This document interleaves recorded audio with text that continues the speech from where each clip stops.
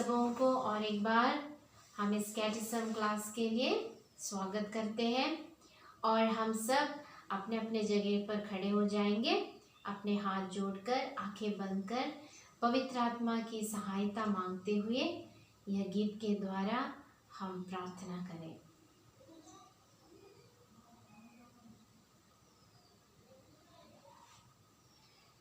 तो बच्चों, आपने गए क्लास में क्या सीखा था, याद है? कुछ चिन्ह और प्रतीक के बारे में हमने सीखे थे, है ना? तो हमने सीखे थे कि पुराने विधान में किस प्रकार परमेश्वर द्वारा दिए गए चिन्ह को नबियों ने उपयोग किया। उन चिन्हों और प्रतीक के द्वारा किस प्रकार परमेश्वर की महिमा इस धरती पर लोगों के बीच किस प्रकार नबी लोगों ने प्रकट किया था। और साथ ही साथ हमने देखे कि नए ग्रंथ में हम आते समय, नए विधान में हम आते समय भी इन चिन्हों और प्रतीकों का उपयोग करते हुए ईसा मसीह ने अपने शिष्य लोगों को आगे ले चले। और आज पवित्र कलीसिया में हम चिन्ह और प्रतीक का उपयोग करते हैं। और हमने देखा कि कितने प्रकार के चिन्ह होते हैं, प्रतीक क्या है और चिन्ह और प्रतीक के बीच में अंतर क्या है करके हमने कुछ बातें सुनी थी। अब हम देखेंगे कि यह चिन्ह और प्रतीक हमें क्या महत्व देते हैं। चिन्ह और प्रतीक अदृश्य ईश्वर का अनुभव और मसीह रहस्यों की गहराई से हमें अनुभव करने की सहायता देते हैं। चिन्ह और प्रतीक हमें अदृश्य ईश्वर और मसीह के रहस्यों को गहराई से अनुभव करने के लिए सहायता देती है। हमें चर्च में कितने प्रकार के संस्कार हैं, सैक्रामेंट्स कितने प्रकार के हैं? 7। तो ये जो संस्कार है ये भी एक प्रकार के चिन्ह है जो अदृश्य स्वर्गीय वास्तविकता को हमें सूचित करते हैं और हमारे बीच प्रस्तुत करते हैं। अदृश्य कृपा वरदान संस्कारों के दृश्य चिन्हों द्वारा हमें प्राप्त होता है। यानी जो कृपादान अदृश्य, हम कृपाओं को देख सकते हैं क्या? नहीं। तो ये जो अदृश्य कृपादान है, ये हमें जो संस्कार हमें दिया जाता है, इन संस्कारों द्वारा, वो संस्कार दृश्य है ना, हम लोग देखते हैं, बपतिस्मा देते हैं, दृढ़ीकरण देते हैं, वो दृश्य संस्कार है। तो ये संस्कार के चिन्हों द्वारा हमें ये अदृश्य कृपादान प्राप्त होते हैं। और जो मुक्ति के भागीदार, हम जो मुक्ति के भागीदार बनते हैं, ये मुक्ति के भागीदार बनना किस प्रकार है? ईसा मसीह ने जो बलि समर्पण किया है उसके द्वारा हम मुक्ति के भागीदार बन जाते हैं। तो संस्कार एक प्रकार का चिन्ह है जहाँ हम अदृश्य स्वर्गीय वास्तविकता को अनुभव करते हैं, हमारे बीच में उस स्वर्गीय आशीर्वाद हम पाते हैं। अब ईश्वर की आराधना में बहुत प्रकार के, विभिन्न प्रकार के चिन्ह हम उपयोग करते हैं। कहाँ?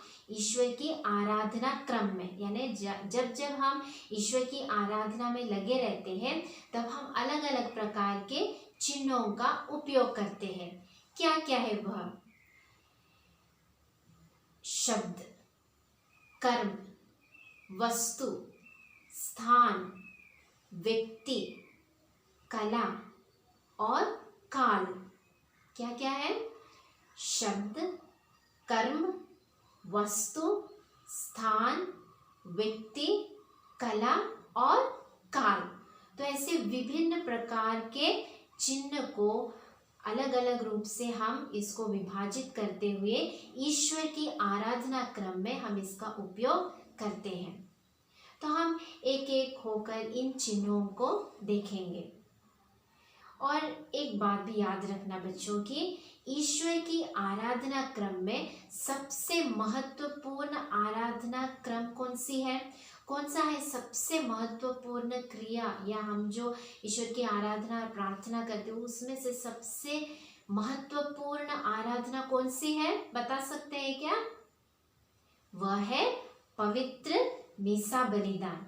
तो पवित्र मिसा बलिदान में जब हम भाग लेते हैं, अगर हम इन चिन्हों का और प्रतीकों का अर्थ अगर हम जान जाएंगे तो हम यह पवित्र मिसा बलिदान योग्य रीति से अर्थपूर्वक हम चढ़ा सकते हैं। इसलिए हम इन चिन्हों का और प्रतीकों का जो चिन्ह हम उपयोग करते हैं उसके बारे में हम थोड़ा ध्यान से सुनेंगे।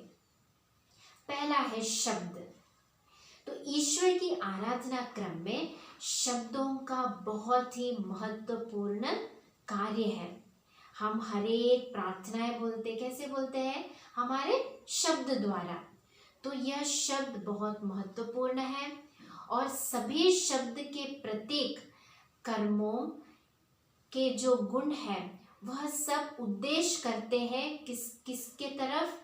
ईश्वर के प्रेम के तरफ, ईश्वर के कार्य के तरफ। और यह सभी चिन्ह नहीं, शब्द जो हम उपयोग करते हैं वह ईश्वर के सभी कार्यों को व्यक्त करते हैं। उदाहरण के लिए जब हम पवित्र मिसा बलिदान चढ़ाते हैं तभी हम लोग बीच में देखते हैं कि फादर एक बर्तन के पानी में हाथ डाल के अपने दोनों हाथों को धोकर एक छोटे से सफ़ेद कपड़े से पोंछते हैं। तो वो पोंछते समय फादर जी एक प्रार्थना कहते हैं वहाँ पे। क्या है वो प्रार्थना? आपने सुना है वो प्रार्थना? वह प्रार्थना ऐसा है का प्रभु ईश्वर हमारे पापों और अपराधों का मैल अपने कृपा सागर में धो डालने की दया करे। यह प्रार्थना कहते हुए पुरोहित अपने हाथ धोते हैं। तो इसका अर्थ हमको समझ में आया है ना? हमारे पापों और अपराधों का मेल यानी जो दाग है वह पूर्ण रूप से मिट जाने के लिए पुरोहित परमेश्वर से प्रार्थना करते। तो शब्दों द्वारा है ना, वही हम सीख रहे हैं शब्द। और ज्ञान स्नान के समय पर भी पानी डालते वक्त जब हमें ज्ञान स्नान दिया जाता है, बपतिस्मा दिया जाता है, तभी भी पुरोहित यह प्रार्थना को दोहराते हैं। ठीक, फिर यह है शब्द। अब हम कर्म की ओर जाएंगे।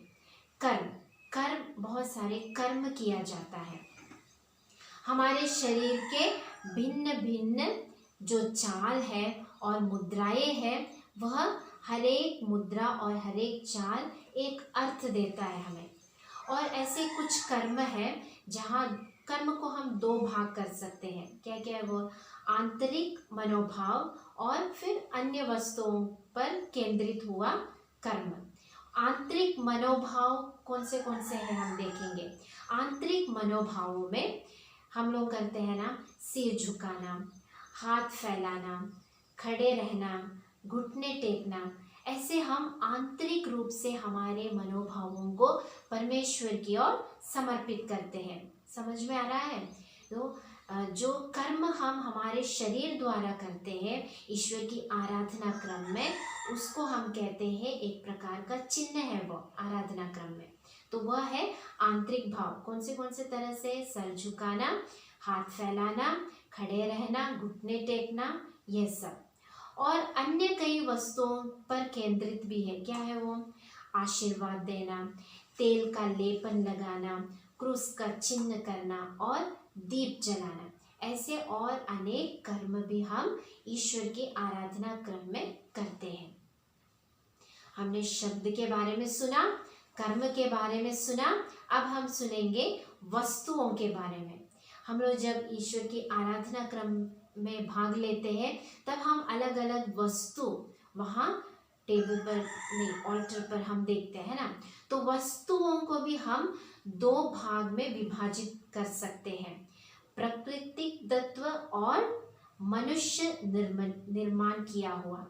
तो प्रकृति के द्वारा किया हुआ वस्तु है। क्या क्या है वह? जल, पानी, दाखरस, रोटी, तेल, ऐसे चीज है जो हम ऑलरेडी नेचुरल है वो, है ना। और जो दूसरा है मनुष्य से बनाया हुआ।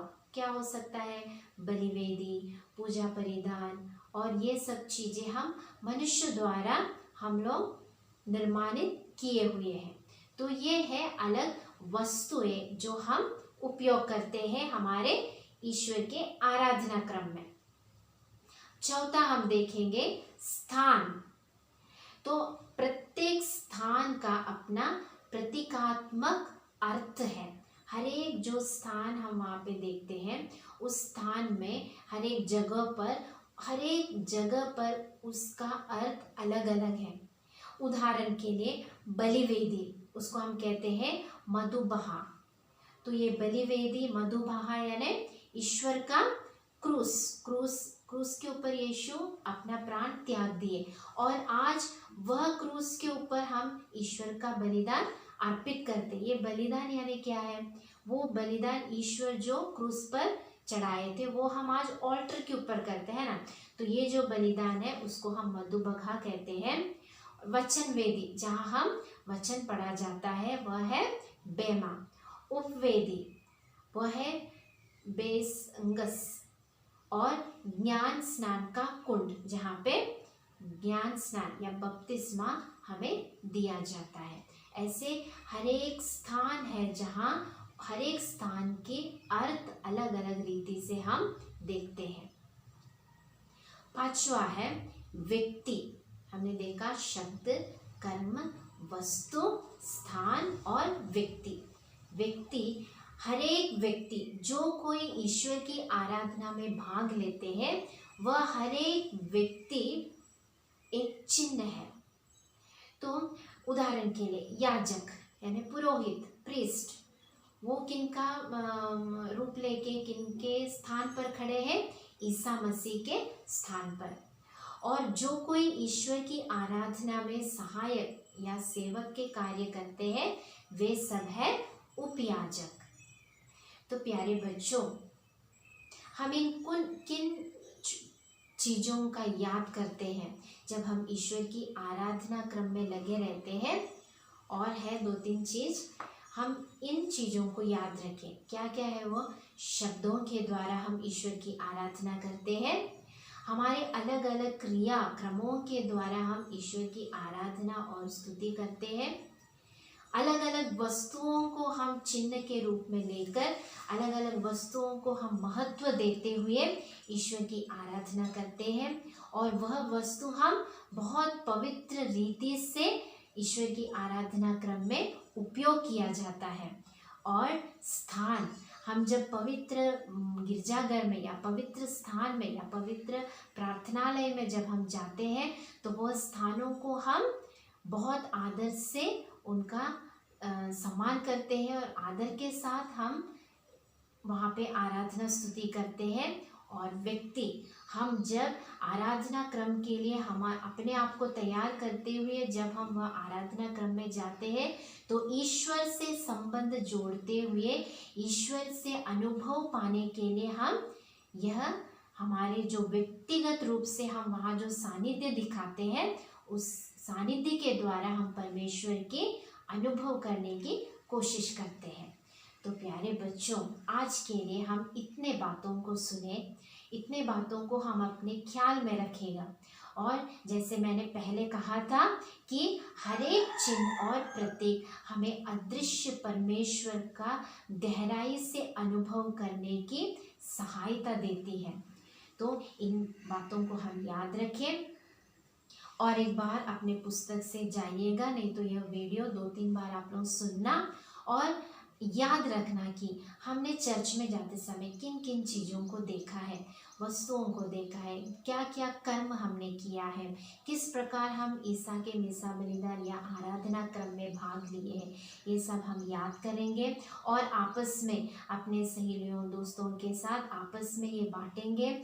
और यह याद रखते हुए अपने पुस्तक में छोटे से अपने शब्दों में लिखना कि इन प्रतीक और चिन्हों को किस प्रकार हम ईश्वर का अनुभव करने के लिए आगे किस प्रकार इसका उपयोग कर सकेंगे। यह अपने शब्दों में एक 10 लाइन में लिख के अपने पुस्तक में रखें, एक दूसरों से शेयर करके हम आगे बढ़ेंगे। तो आप सबों को ईश्वर की कृपा आप सबों पर बनी रहे। पिता, पुत्र और पवित्र आत्मा के नाम पर आमीन।